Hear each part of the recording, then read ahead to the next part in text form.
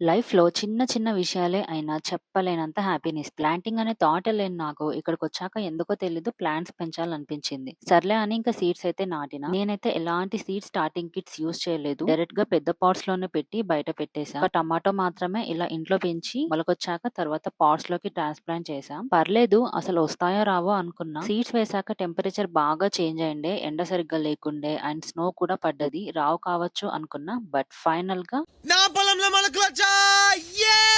పొద్దున్న లేచాక ఫస్ట్ వీటిని చూడడమే నా పనైపోయింది. మొలకలొచ్చాయా లేవా అని. మేతి అయితే 5 డేస్ లోనే స్టార్ట్ అయిపోయింది మొలక రావడం. ఇంకా ఫ్లవర్స్ అండ్ బీన్స్ ఏమో 12-15 డేస్ అలా పట్టింది. టొమాటో ఏమో 15-20 డేస్. కొత్తిమీర అండ్ తులసి వచ్చేసి 25 డేస్ పట్టింది. పుదీనా అయితే అసలు ఇప్పటి వరకు కూడా రాలేదు. అది ఎందుకు రావట్లేదో నాకైతే అర్థం అవ్వట్లేదు. మీకేమైనా తెలిస్తే షేర్ చేసుకోండి. నా ఈ చిన్న బుజ్జి గార్డెనింగ్ లో ఫస్ట్ హార్వెస్టింగ్ చేశాను. అది నేను ఇంకో వీడియోలో చూపిస్తాను. సబ్స్క్రైబ్ చేసుకుంటే మీరు వద్దన్న నా వీడియోస్ దొర్లుకుంటూ మీ దాకా వచ్చేస్తాయి.